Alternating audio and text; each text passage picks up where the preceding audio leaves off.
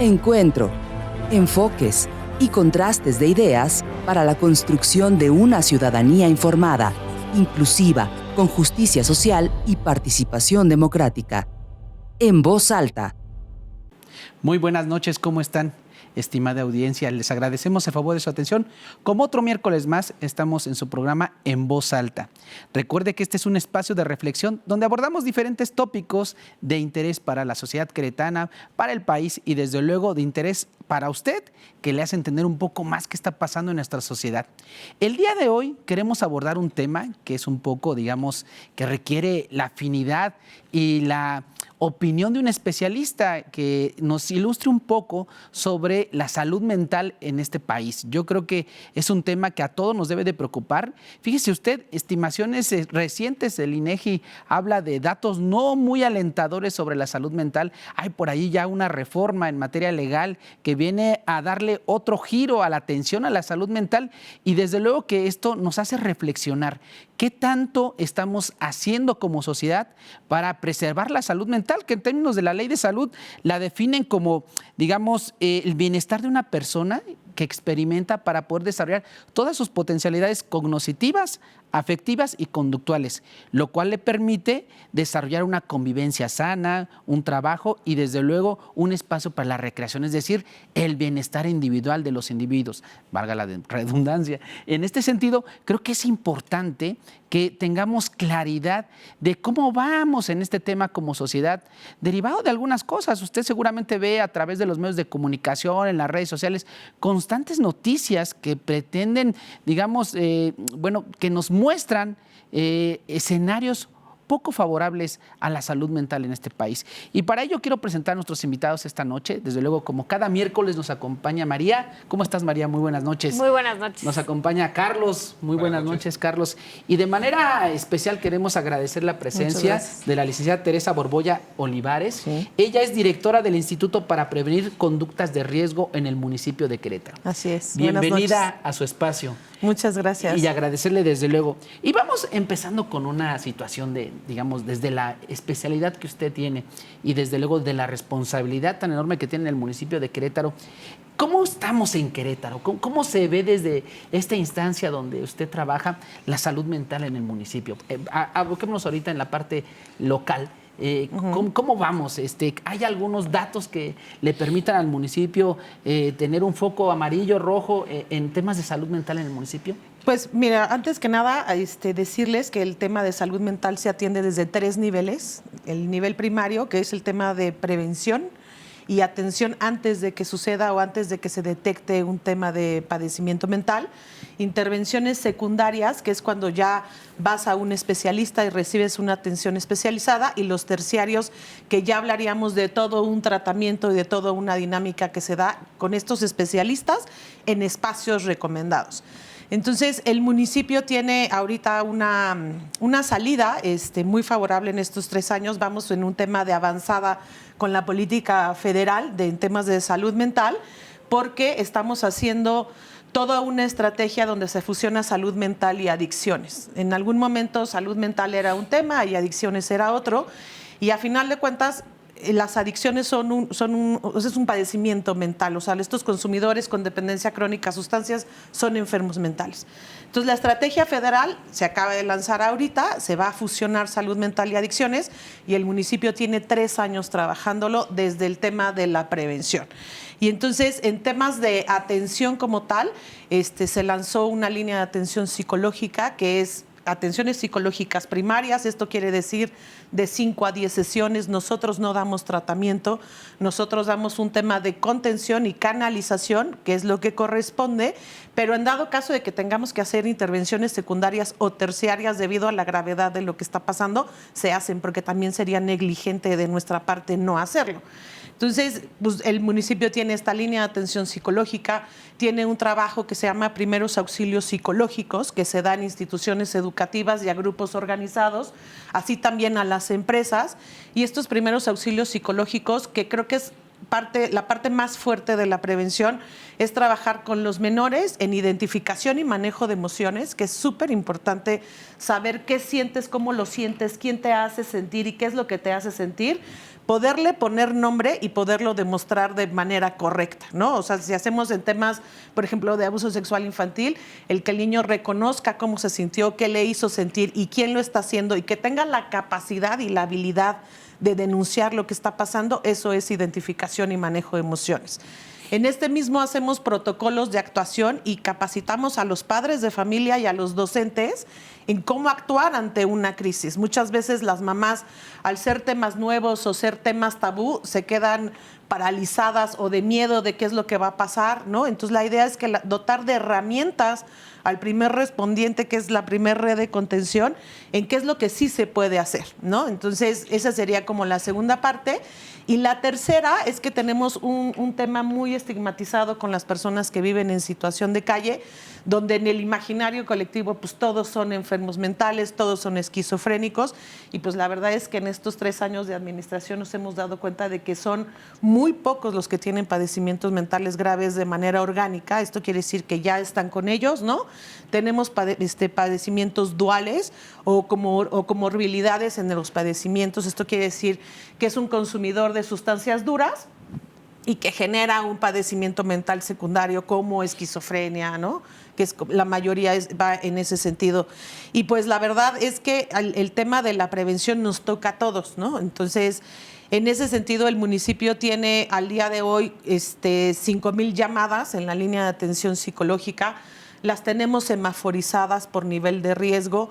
Hasta ahorita ninguno de los usuarios que han sido de alto riesgo de semáforo rojo, que son 182 llamadas, han terminado en un tema fatal para la persona, porque es lo que ponderamos, ¿no? En la vida del usuario, de la persona que está llamando, y nos ayudamos de capacidades instaladas que tiene el municipio y de las capacidades instaladas que tiene el Estado, ¿no? Y en ese sentido creo que a nivel federal la falta de la política pública en temas de salud mental es a nivel federal en temas presupuestales. O sea, solamente el 2.8% del presupuesto que se le entrega al temas de salud está destinados a temas de salud mental, cuando la enfermedad más incapacitante en México es la depresión.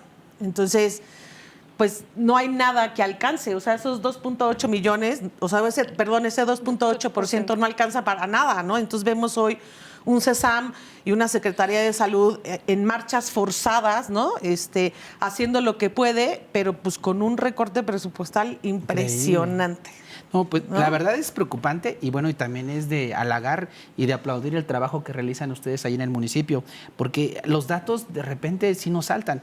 Hay un dato que quisiera compartir con nuestra audiencia y con ustedes antes de darles la palabra, que nos da la Asociación Psiquiátrica Mexicana. Fíjense, este dato es de 2018. Habrá que estar atentos a lo que se desprenda después de la pandemia. Estamos en una etapa ya un poco cerrando el tema de la pandemia, pero seguimos todavía con algunos encierros. En algunos países han regresado a los encierros. Y bueno, desde luego esto ha impactado, se ve y se observa definitivamente en la salud mental.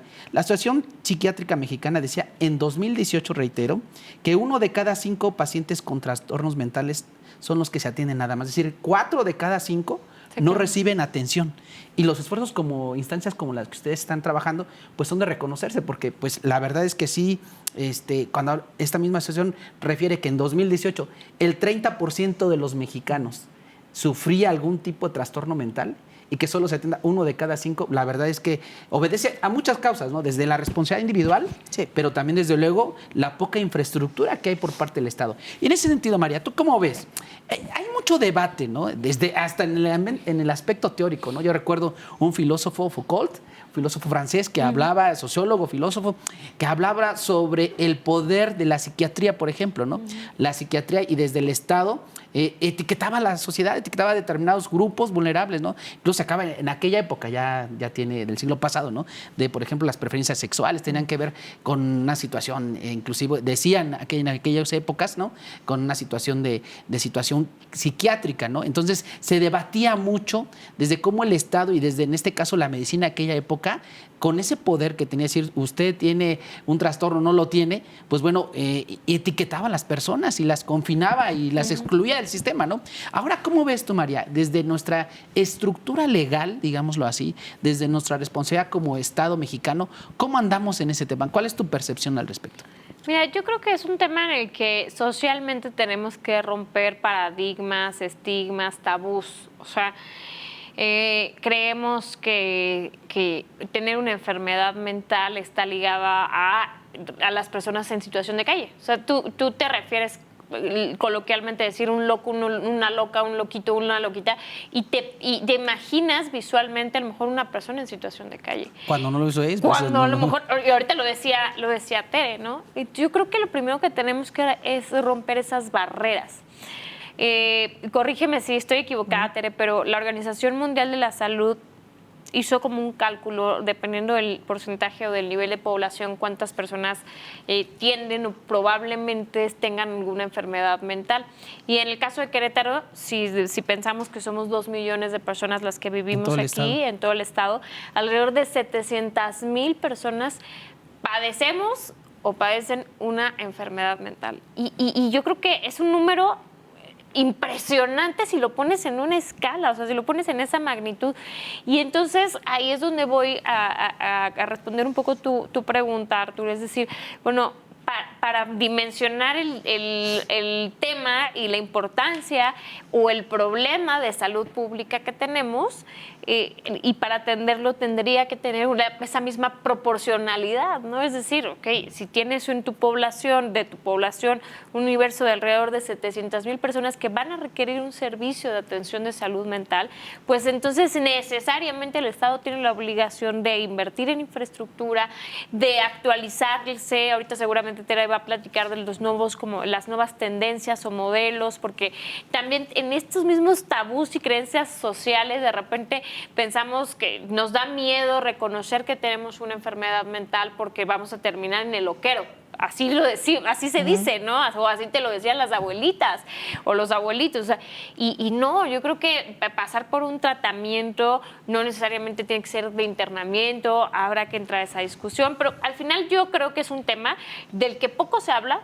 Qué bueno que lo estemos hablando en el programa, y que la primera barrera que desde mi punto de vista tenemos que romper no es solo la estructural, no es solo la formal desde el ámbito de la reforma o del marco jurídico, no es solamente la presupuestal, sino es la social. Muy bien. Pues sí, y precisamente, Carlos, hay un pendiente también en las plataformas político-electorales. Al respecto, hay otro dato que por ahí mencionaba la UNAM, que en términos de atención psiquiátrica, solo contamos con 4,500 psiquiatras en todo el país. Y entonces dices, hay un déficit. Ahorita que está en boga el déficit de los médicos, y también yo creo que tendríamos que atender el déficit de la cuestión psiquiátrica. Y en ese sentido, Carlos, ¿tú cómo ves? ¿Por qué los políticos no le entran a comprometerse? Digo, yo sé que la cobija es la misma y que son varios temas, pero yo creo que este es un tema toral que generalmente se le da poca importancia, pero porque pareciera ser, como lo mencionamos antes de entrar a la grabación, la responsabilidad a veces recae más en el individuo, ¿no? Porque es más fácil para los políticos y las autoridades decir, es responsabilidad si tienes un familiar, es responsabilidad de la familia, del mismo individuo, no atenderse. ¿Cómo ves, Carlos? Sí, que, lo que tú dices que iba a pasar, o que se prevía que iba a pasar, ya pasó. Tú analizas el Plan Nacional de Desarrollo y la realidad es que el apartado sobre la salud mental es raquítico. Y tú dices, bueno, pues en el del Estado seguramente algo va a pasar y se va a corregir. No, se menciona una vez en el del Estado, en el Plan Estatal de Desarrollo. Hablando del tema de política pública, más allá de que aquí podamos debatir si es necesario o no, es cómo lo está viendo el ala gobernante o la clase gobernante en el Estado, los partidos que se reflejan finalmente en los programas de gobierno. Y en el caso del municipio se menciona en zona una línea de acción. O sea, de los 3 principales planes que deberían de regir este tema, pues en los 3 se menciona por lo menos en los 2 locales una vez y a nivel nacional un par de ocasiones. Eso explicaría pues la debilidad financiera de la salud mental en nuestro país. Porque, decía Arturo Maximiliano hace algunos días, ¿no? Si todo es prioridad, pues nada es prioridad. ¿Sí? Ya no hablamos de que la salud mental pudiera ser una prioridad, sino que fuera algo relativamente importante a lo que se le destinara recursos. En una primera etapa, en una segunda, ya tenemos el dinero. Ahora, ¿cómo lo gastamos? Y dice que aquí hay algo que es muy curioso en términos de política pública. Todo el mundo, parecería ser que lo psiquiátrico está en el sector salud, ¿sí? Y lo psicológico En la educación. está en lo social. Pero aparte de que está en lo social, Tere, está regado en todos lados. Está cindido, está Sí, separado. está separado. O sea, dan atención psicológica el Instituto para Prevenir Conductas de Riesgo, el Instituto de las Mujeres, el Instituto de los Jóvenes, los sistemas municipales DIF, el Instituto del Estado. La Secretaría de la Juventud del Estado en el sexenio pasado tenía una plataforma de atención psicológica para atención de COVID, radicada en el Instituto de los Jóvenes. Entonces, y si nos vamos a San Juan del Río, hay psicólogos aquí y hay otros psicólogos allá. Y entonces la realidad es que el poquito dinero que hay para el área social, que yo consideraría, a lo mejor sería interesante conocer su opinión, yo creo que tanto lo psicológico como lo psiquiátrico tenderían más, si tuviéramos que tomar una decisión de política pública, estar dentro del sector salud. Debatible, ¿no? Sí, no, estoy de acuerdo. El tema es que en temas de injerencia municipal no hay un tema de salud como tal, o sea, no hay un apartado, no hay una secretaría como tal de la Secretaría de Salud del municipio de Querétaro, sino que está escindido precisamente porque al que le toca por temas de competencia atender la salud es al Estado, no al municipio, porque nos tocan las primarias, que era lo que yo les comentaba hace un rato. Y digo, sí, evidentemente el tema social es donde recae al 100% el tema de salud mental, ¿no? En los municipios que tenemos, porque aparte esa es otra, ¿no? No o sea, el municipio de instancias, ¿no? Querétaro concentra el 62% de la población a nivel estatal y tiene un instituto específico para atender conductas de riesgo que involucra el tema de adicciones, el tema de salud mental, ¿no? Entonces, coincido al 100%. Y hay esfuerzos que se han estado haciendo, ¿no? Y que nos están dando como resultado esto, ¿no? Visibilizar algo que, como dice María, es un tema tabú, es un tema que socialmente no es aceptable, que hasta la misma familia, que eso es lo que pasa, por ejemplo, con los asilares. O sea, ¿qué haces con un esquizofrénico que no está bien medicado? Porque no hay medicinas que alcancen para atender a un esquizofrénico, ¿no? Pero voy a poner un ejemplo que es, por ejemplo, muy claro ahorita en una tendencia europea, ¿no? De izquierda, por ejemplo, en España. Tengo yo y voy a poner un ejemplo, ¿no? Una mujer que va al doctor y le dice que requiere ansiolíticos. ¿Por qué padece ansiedad? Si yo soy un gobierno que cree que esa persona tiene ciertas características internas que le están rompiendo su estado de bienestar y que está enferma, pues yo le doy una pastilla. Sí. Le doy un ansiolítico, le doy un botecito que debe costar 150 pesos aquí en México. Véngase por su frasquito y yo, Estado, ya hice lo que me tocaba. Lo que le toca. Medicalizar el sufrimiento. Sí. O sea, la mujer sufre. O la visión que podría ser la de izquierda.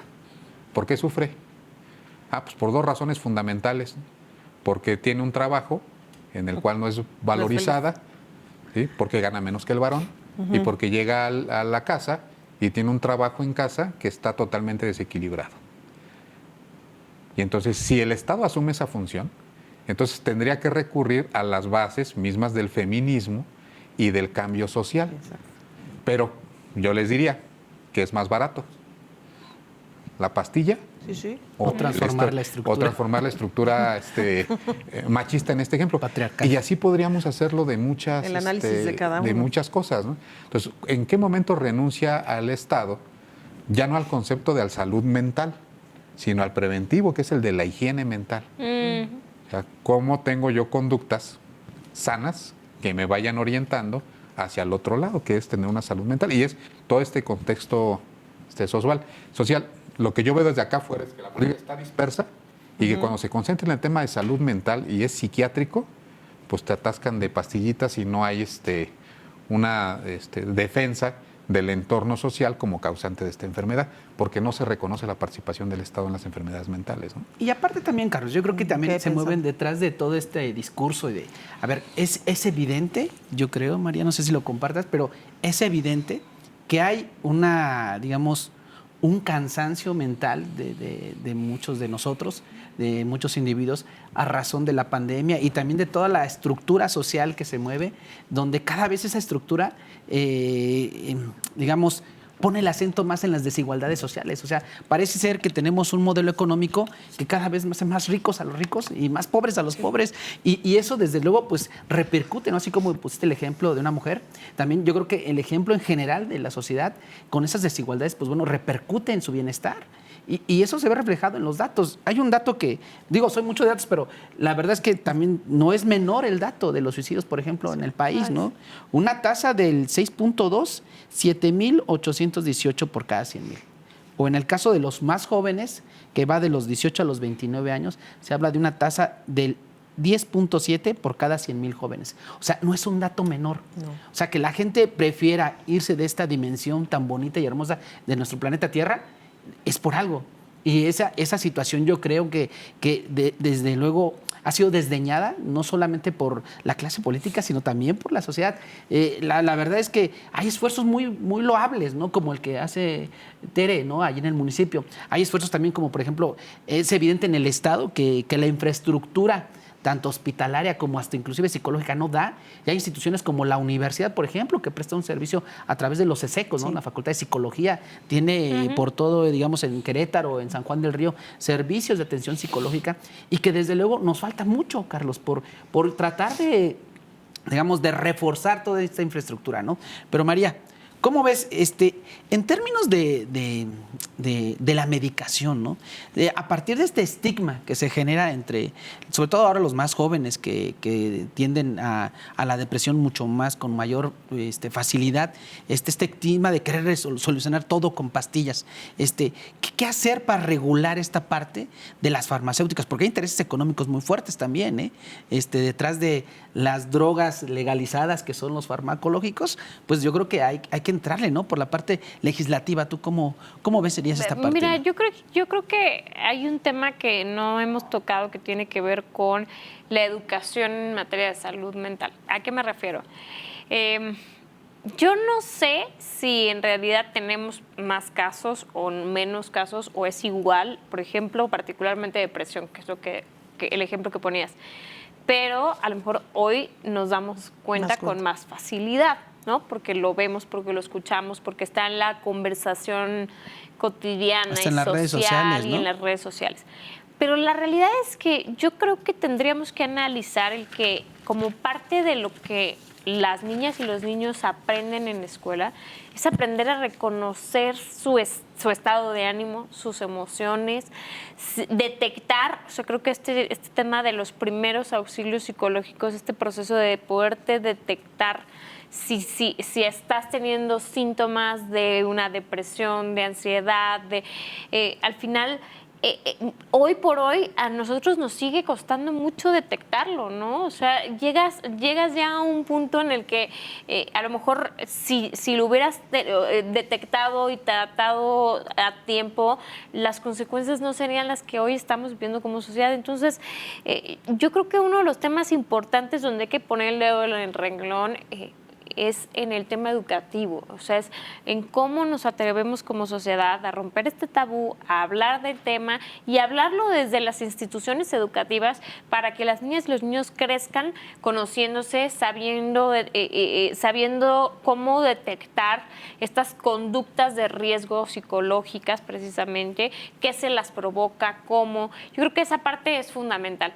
Y mucho de esto, yo sé que me has preguntado 2 veces sobre el tema legislativo, pero es que mucho de esto no creo que necesariamente pase por un tema legislativo. Este es un tema donde primeramente tenemos que hacer conciencia social del tema, ¿no? Es decir, es un tema importante y como es un tema importante desde las diferentes esferas, tanto y creo yo que tiene más que ver, más allá del tema legislativo, que sí hay esfuerzos que se pueden hacer con un tema ejecutivo, meramente ejecutivo, ¿no? O sea, porque quienes definen los planes académicos, pues es el Poder Ejecutivo, quienes al final de cuentas van a invertir en infraestructura para la atención, va a ser el Poder Ejecutivo. Entonces, los esfuerzos que desde el Poder Legislativo se pueden hacer no los hago menos, pero creo que a veces nos pasa en México que tenemos el camino trazado por las leyes y no tiene o tiene una absoluta discordancia con el tema de implementación. Sí, me llamaba el término, digamos, el aspecto legal, lo platicaba con Tere previo al programa, sobre la transformación ahora de los hospitales, ¿no, Tere? Desde una reforma legal de la Ley General de Salud, ¿cómo se van a transformar estos hospitales? Que me decías que al final pasaban de asilares a espacios donde tú puedes llevar a tu enfermo con padecimiento mental y se va a quedar ahí de por vida. O sea, cuando yo te digo un hospital psiquiátrico, a mí el primero que se me viene a la cabeza es el de la Castañeda o a lo mejor el de Lecumberri, que tenemos las peores imágenes de este hospital psiquiátrico del Porfiriato, pero vamos, en temas de salud mental, vamos atrasados algunos años con países europeos. Por ejemplo, en América, Argentina nos lleva a la delantera, en Chile nos lleva a la delantera. Y dejar de ser asilares significa que tú como familia te vas a ser responsable de tu enfermo. Y entonces la capacidad también recae en cómo como Estado te genero todas las herramientas para que tengas a tu enfermo. O sea, este tema de los internamientos involuntarios, donde en algún momento como familia o como tutor del enfermo, o sea, como responsable, me voy al caso de las adicciones, por ejemplo. No, pues ya me tiene cansada mi borrachito, lo voy a llevar a un centro de rehabilitación y como esposa autorizo que lo tengas dentro. Siempre ha sido ilegal porque es privación ilegal de la libertad, ¿no? Pero ahorita está peor porque como yo no puedo firmar la responsiva ante tu conciencia. Entonces, todo eso está penado. Y la idea es que estos espacios sean de puertas abiertas, que la atención de los temas psiquiátricos sean dentro de los hospitales generales y va súper enfocada al tema que les platicaba de la comunidad. O sea, trabajar en temas de salud mental comunitaria es lo que va a tener que ponderar el Estado. El municipio ya lo está haciendo, tiene 3 años haciéndolo, el Estado, la Federación, en que la misma comunidad sea la sanadora, generar capacidades instaladas en la comunidad que sepan a dónde marcar, a quién pedir ayuda, pues vuelve a hablar de un tema de identificación y manejo de emociones, ¿no? Entonces, esa desaparición a todo mundo le ha generado muchísimo ruido. Me brincó, hasta ahorita y que todo me el estás mundo aclarando. ha dicho, no, es que Al van revés a es cerrar, lo que queremos, porque ¿no? aparte de este tema, perdón, es que no me toca, pero durante muchísimos años en Querétaro decir, es que no tenemos un centro de internamiento, ha sido un tema político, rentable electoralmente o no, ¿no? Pero chécate este detalle. Cuando tocamos el tema de la agenda feminista, se hizo una agenda, es un documento que está circulando sobre los principales puntos de la agenda feminista de México. Una iniciativa en el Senado de la República, hablando de solucionar esto con las leyes, dice el nacimiento del Sistema Nacional de Cuidados. Va en contra de esto. Sí, completamente. Claro. Porque ¿qué es lo que dicen? Bueno, el grupo vulnerable adentro de la familia son las mujeres y las mujeres son las que asumen el rol del cuidado ante una falta de salud, ya sea física o mental. Y entonces al quedarse a cuidar al enfermo, pues simplemente no salen y no producen. Entonces, esta reforma planteaba lo contrario, es el Estado asuma la responsabilidad del cuidado de los grupos vulnerables que tradicionalmente se quedan a cargo de las mujeres. Sí. Es decir, los discapacitados, la gente con alimentos, los adultos mayores en general. ¿Qué menciona en el proemio de esta ley o de este sistema, ¿no?, que genera esta ley? Un dato interesante estadístico. Las enfermedades mentales generan la mayor cantidad de tiempo de discapacidad que las enfermedades físicas.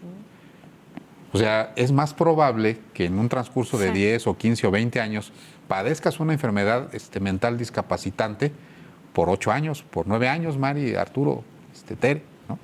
Que si finalmente a lo mejor te rompes un pie o inclusive o lo pierdes, pero tienes acceso a una prótesis, tu incapacidad dura menos. Sí, con sus limitantes, desde luego, ¿no? Pero tratando como incapacidad la posibilidad de desarrollar la actividad que normalmente lo hacía. Las enfermedades mentales, ¿no? Y entonces son las que más atan al tema de un cuidado familiar. Entonces, ¿cómo desarrollamos o cómo compaginamos el hecho de que no haya un espacio en donde atender este tema? Si les parece, damos un corte y regresamos con el tema. ¿Les parece bien? Vamos a corte. Continuamos en Voz Alta. Muchísimas gracias. Regresamos con este interesante análisis y debate sobre lo que está pasando en relación, sobre todo ahorita estábamos entrando en discusión con la reforma a la Ley de Salud, que hablaba sobre esta posibilidad de que los hospitales ya no fueran centros de retención, por así llamarlos, y que yo creo que, Tere, nos querías compartir algo. Ahorita que estaba platicando Carlos sobre este nuevo modelo y la contradicción que hay con otras propuestas. Platícanos un poco, aunamos en este tema, Tere. Ok, la idea es que ya no sean asilares, que sean de puertas abiertas, donde al sujeto que tiene un padecimiento mental se le dote de capacidades para que pueda reinsertarse socialmente, ¿no? Estas casas pueden ser llamadas casas de acogida, casas de medio camino, pueden ser unas que se llamaban granjas, que antes eran como mecanismos de tortura, pero ahora están lindos, ¿no? Y entonces la práctica, o sea, hacia dónde va, que les digo porque aparte acabo de estar en la mesa de salud mental con el Estado, con la doctora Martina, con Marbella, la idea es generar estos espacios que son de puertas abiertas para quien lo necesite primariamente, pero la secundaria es para quien no tenga alguien que se pueda hacer responsable en temas de cuidado. Y esto está muy complejo, ¿no? Porque entonces tendríamos que hacer todo un análisis de estados económicos de la persona que lo tiene para ver cuánto puede costear en temas de materia. Les platicaba que nosotros ahorita en el hogar de transición tenemos enfermos con padecimientos mentales que nos hace el CESAM, los revisa y los tiene y son funcionales. O sea, a estas personas si les das un trabajo mecánico lo hacen. Evidentemente no pueden reintegrarse de manera habitual a un trabajo donde tenga, o sea, son muy mecánicos, les pones a hacer algo muy mecánico y lo hacen maravillosamente. Están trabajando en este tema. Hacia dónde va es hacia las personas donde alguien no se puede hacer responsable de sus cuidados y que su padecimiento sea o ponga en riesgo a alguien de su casa. Hacia allá sería como la idea de dónde irían estas casas de acogida o estas casas de medio camino. Y la idea es financiarlas con... Pues sí, con recurso federal, con iniciativa privada. Pero que sean funcionarios públicos quienes los atiendan. O sea, que sea una dependencia de gobierno. En el momento en el que es recurso público, pues son servidores públicos, ¿no? Los que trabajan. Fíjate que ahí traigo un tema. Este tipo de servicios, en mi opinión, sobre todo los servicios que atienden a grupos vulnerables que son de custodia, le vamos a llamar así, como también sucede en el caso de las personas que padecen algún tipo de discapacidad, parecería ser que es más eficiente la iniciativa privada subvencionada con dinero público, que es diferente, ¿no? O sea, es diferente que tenga una fundación con muchas motivaciones que regularmente son muy valiosas. Genuinas, sí. Y pues, a veces derivadas de experiencias personales, lo cual hace todavía mucho más valioso, y que llaman más inclusive al tema del voluntariado. Sí. Y entonces un hogar de esta naturaleza puede funcionar con 5 pesos, pero si la haces con servidores públicos, te cuesta 25. Y entonces cuando ya la política pública no es tan efectiva, no avanza, teniendo exactamente el mismo número de personas que se atiendan, ¿no? Sí. Tenemos centros para niños con discapacidad. Yo conocí uno de forma personal en donde atendían a mi hija, que funcionaba con 35,000 pesos mensuales, que si hubiera sido público, Mari, ese sería el solo salario del director. Del director. Antes de empezar en todos los costos, sería cuestión de hacer una valorada, y yo creo que hay esquemas bastante transparentes para este tipo de obras que me parece muy bien, que solucionan, están en el punto intermedio de lo que comentamos del Sistema Nacional de Cuidados, y no, voy a usar esa palabra, no cargarle a un integrante de la familia que a lo mejor inclusive ni siquiera está capacitado, ¿no? Para poderlo atender, ¿no? Sí. Completamente. Pues yo creo que hay temas que desde luego nos deben de preocupar y ocupar tanto a los académicos, a la sociedad, a la clase política. Y bueno, yo quisiera dar algún dato, por ejemplo, del INEGI, que en 2021 hablaba sobre el tema de la depresión. Yo creo que la depresión, digamos, ha sido de alguna otra forma también hasta mercantilizada por los intereses que ya les platicaba, que no voy a ahondar porque no es tema, pero yo creo que sí tendríamos que poner énfasis en dónde están las políticas públicas. Es totalmente aplaudible que tengamos una telefónica para recibir a alguien que se siente triste, está deprimido o que tiene ansiedad, estas cosas, ¿no? Pero yo creo que también habría que entrarle a procurar diseñar políticas públicas que combatan esta macroestructura social que de alguna otra forma repercute. Datos así a vuelo de pájaro, ¿no? En 2021, el INEGI reportó que la población, digamos, en general en México con síntomas de depresión, asciende más o menos al 15%, que no son pocos. Entonces, es una encuesta que la gente contestó en 2021. La encuesta también dice que la población adulta es la que más se deprime. Cerca del 20% de la población adulta es la que más se deprime según esta encuesta, ¿no? Y el 31% revela que tiene, digamos, síntomas de ansiedad mínima o en algún grado, ¿no? Entonces, son datos que de alguna otra forma nos hacen poner la atención en la depresión. Sí, claro. Entonces, y quisiera entrarle un poquito a la depresión. ¿Qué es la depresión? ¿Cómo podemos identificar cuando alguien está deprimido? Lo que pasa es que yo siempre he estado en contra de que alguien que te diga que es multifactorial, ¿no? O sea, porque no es una sola cosa. Es el conjunto de cosas, o sea, es un estado de ánimo donde a lo mejor no estás satisfecho con lo que tienes, a lo mejor pasas periodos muy prolongados de sentirte triste sin saber por qué. Y justo en ese tema, les iba a comentar que el alcalde, para ver lo del tema de situación de calle, sacamos un diagnóstico biopsicosocial, porque fue en colaboración con el CESAM, la directora del instituto en ese momento, Adriana Buchot, hicimos 293 diagnósticos biopsicosociales. Y entonces decíamos, pues necesitamos cambiar el imaginario colectivo de las personas que viven en situación de calle.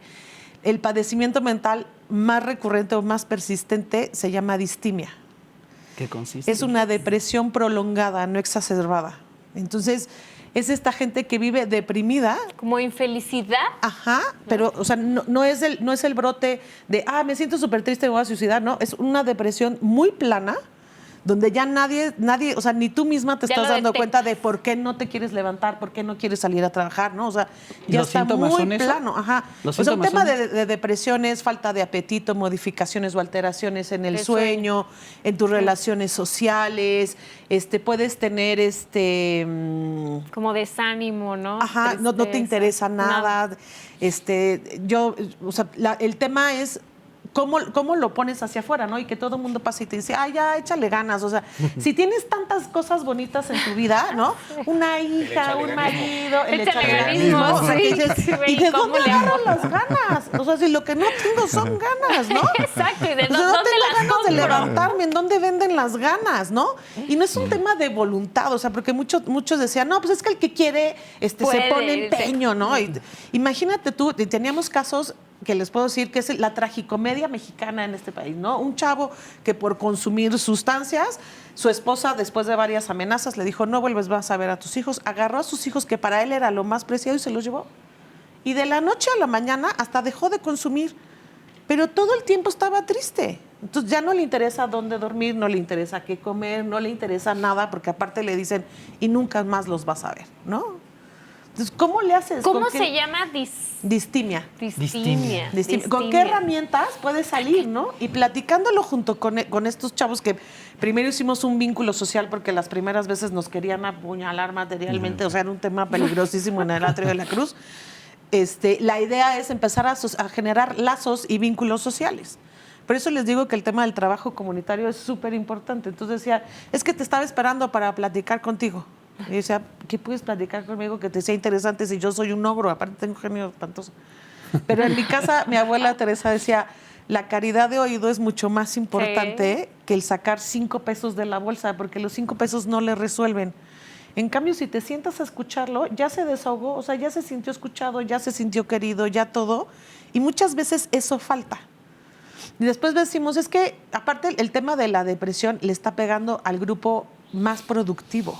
Sí. O sea, estamos trabajando en el tema más productivo, en esta edad donde nadie más está atendiéndolo. O sea, tenemos chavos entre los 18 y los 39 años, es donde más está pegando el tema de la depresión. Pero fíjate un dato interesante ligado con el comentario de Tere. Sí hay un ejemplo de éxito, casi éxito, de legislación versus política pública. Modifican la Ley Federal del Trabajo, el reglamento, pasaron la Ley Federal del Trabajo y generan la norma 035.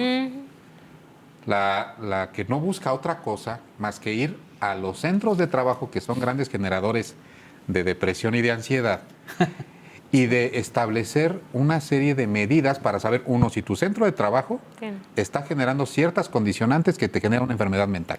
Fíjate qué de avanzada tuvo México en el 2019, Sí, si sí. no tengo, que entró en vigencia esta norma, después agarró la pandemia. Y estableció una serie de mediciones anuales y un cuestionario y un diagnóstico. O sea, muy bien elaborada la norma 035, tuvo todo un ejercicio de gobierno participativo, ¿no? Porque las ponen a consideración, etcétera.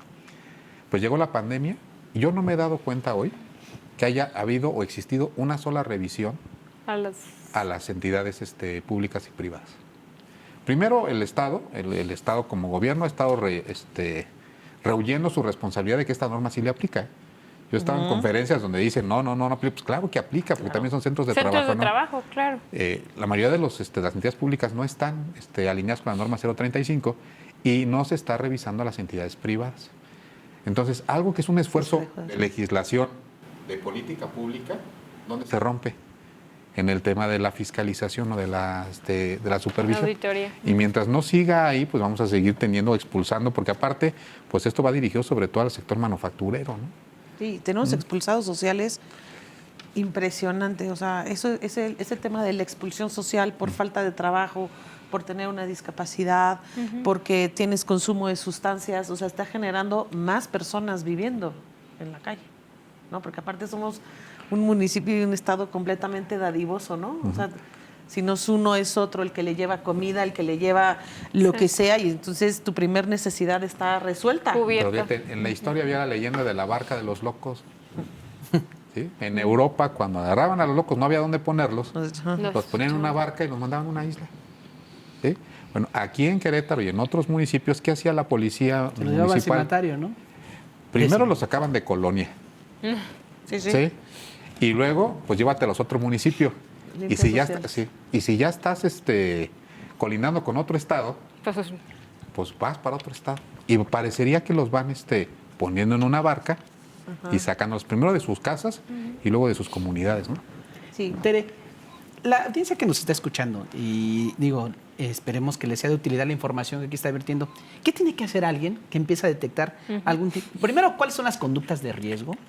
¿Y qué tendría que hacer alguien? Yo detecto una conducta de riesgo, ¿cuáles serían? ¿Y qué tendría que hacer? O sea, canalizarlo a alguna institución, llamar por teléfono al instituto. ¿Cómo podríamos darle más o menos una orientación a nuestros televidentes en términos de si detectan algún vecino que de repente de la nada ya empieza a tener actitudes un poco incoherentes? O sea, ¿qué es una conducta de riesgo y cómo podremos empezar a canalizar ese tipo de conductas? Pues mira, una conducta de riesgo es todo aquello que ponga en vulnerabilidad tu estabilidad psicológica, emocional, física, ¿no? Y aquí el tema es que sí es un trabajo completamente individual.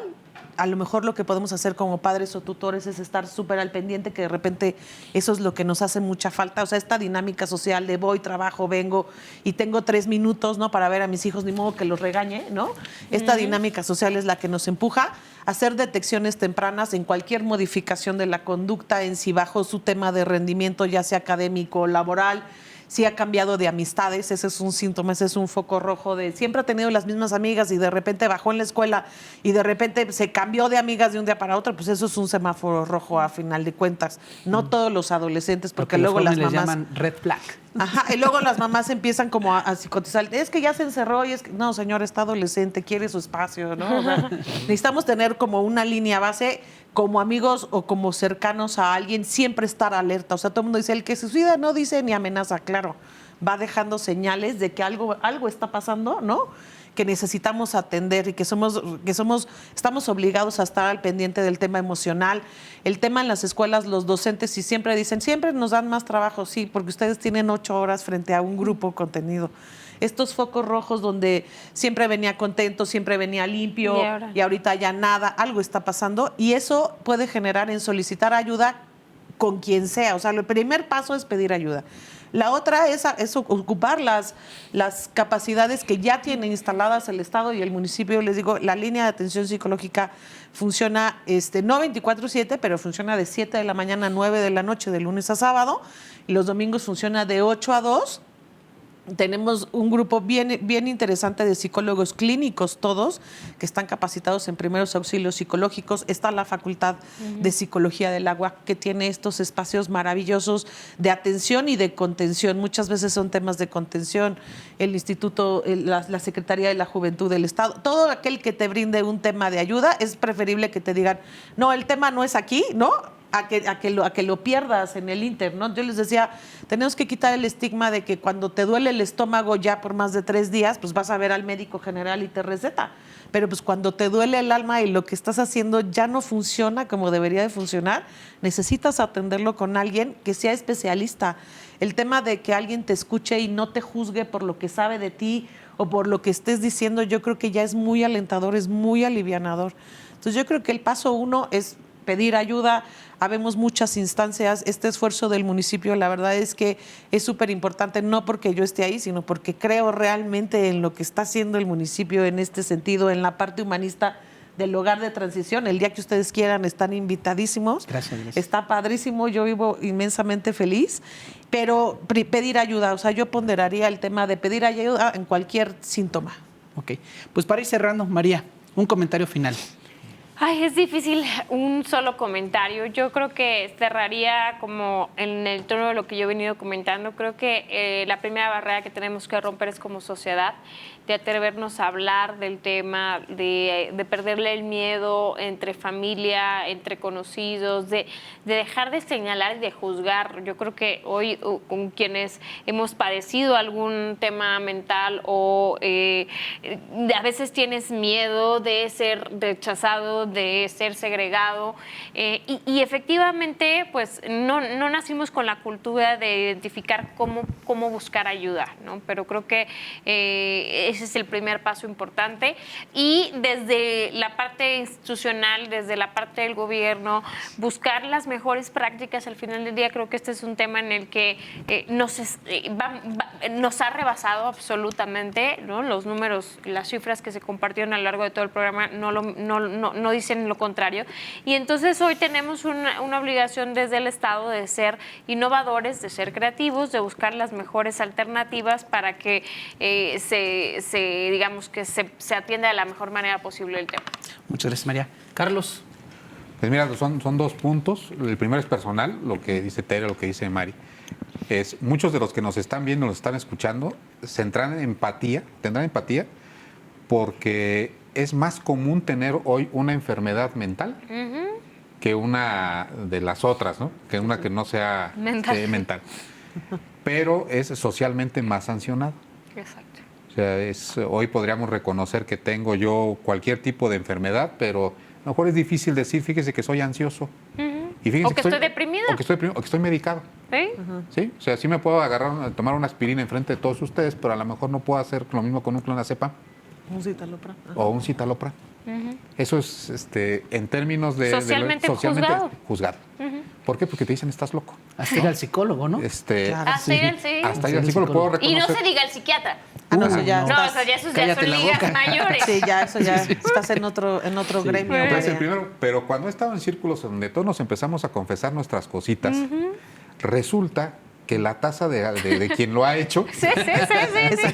es altísima. O sea, es importante. Entonces, siéntanse en confianza. Realmente el tema es pues acudir a una llamada telefónica. Hoy hay plataformas, hay quien da consultas a través de un chat, de una llamada telefónica. Y me parece que eso ya es un avance para el tema de lo que comentaba, que es la higiene mental. Sí. O sea, apenas me estoy sintiendo que me estoy detectando, pues voy y me hago alguna asepsia mental, ¿no? Sí. O sea, algo preventivo. Y del lado del gobierno, la preocupación de las políticas públicas articuladas. Sí. Si se va a mantener cada quien dando atención psicológica por cada uno de sus lados, entonces hacer una política transversal. ¿Sí? Porque si no están coordinados, pues entonces cada quien va a ir haciendo un esfuerzo aislado.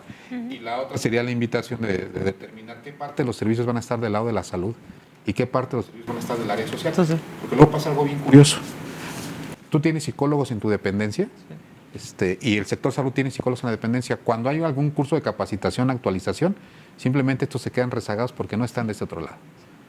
Entonces, me parece que los poquitos dineros que pudiera haber en este sentido, al no haber la transversalidad de la política pública, podrían haberse estado aprovechando menos de lo que Claro. pudiera ser.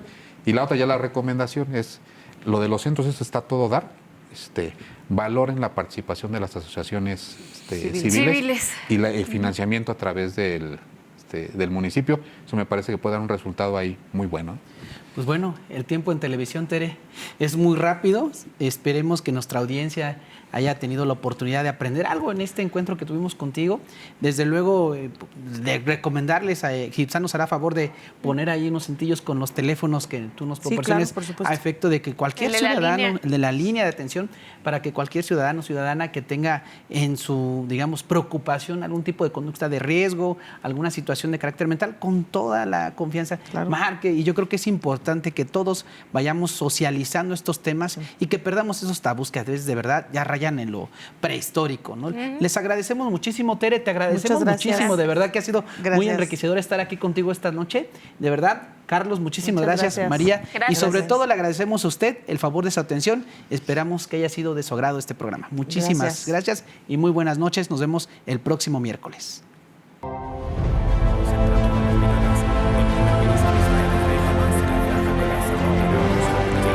Gracias por acompañarnos en esta emisión. Esto fue En Voz Alta.